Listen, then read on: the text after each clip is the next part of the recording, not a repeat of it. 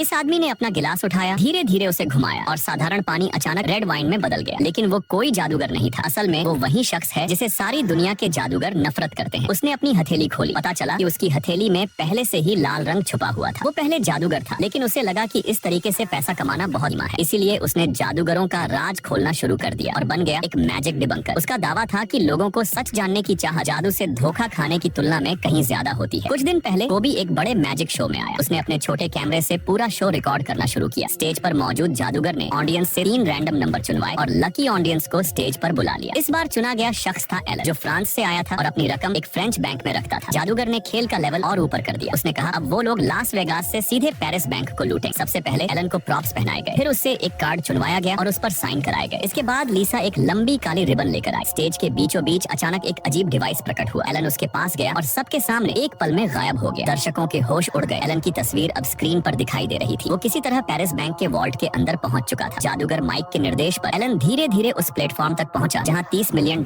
की नकदी रखी थी। उसने वो कार्ड निकाला जिस पर उसका साइन था। उसे शो का टिकट लपेटकर पैसों के ढेर की दरार में फेंक दिया। उसी वक्त पेरिस बैंक के गार्ड और मैनेजर वॉल्ट की जांच करने पहुंचे। तभी वहां कुछ अजीब हुआ। वॉल्ट की जमीन से नोट उठकर तेजी से छत की वेंटिलेशन पाइप में खींचने लगे। ऐसे पाइपों से तेज रफ्तार में बहकर सीधे लास वेगास शो में पहुंच गए। बैंक स्टाफ जब वॉल्ट तक पहुंचा तो वहां न एलन था न पैसे, बस वही कार्ड और टिकट पड़े थे। उधर लास वेगास के शो में नोट हवा में उड़ रहे थे और लोग पागल होकर तालियां बजा रहे थे। इतना बड़ा बैंक डकैती जैसा जादू इंटरनेशनल FBI का ध्यान खींचना ही था। पुलिस ने चारों जादूगरों को गिरफ्तार कर लिया, लेकिन अदालत उन्हें दोषी साबित नहीं कर सकी, क्योंकि उस रात के दसियों हजार दर्शक गवाही देने को तैयार थे कि जादूगर पूरे समय स्टेज पर थे। अगर उन्हें सजा दी जाती तो इसका मतलब होता कि जादू सचमुच अस्तित्व में है। नतीजा ये हुआ कि पुलिस के पास सबूतों की कमी के चलते उन्हें छोड़ना पड़ा। असल में ये सबकी सच्चाई बताने वाला कोई और था।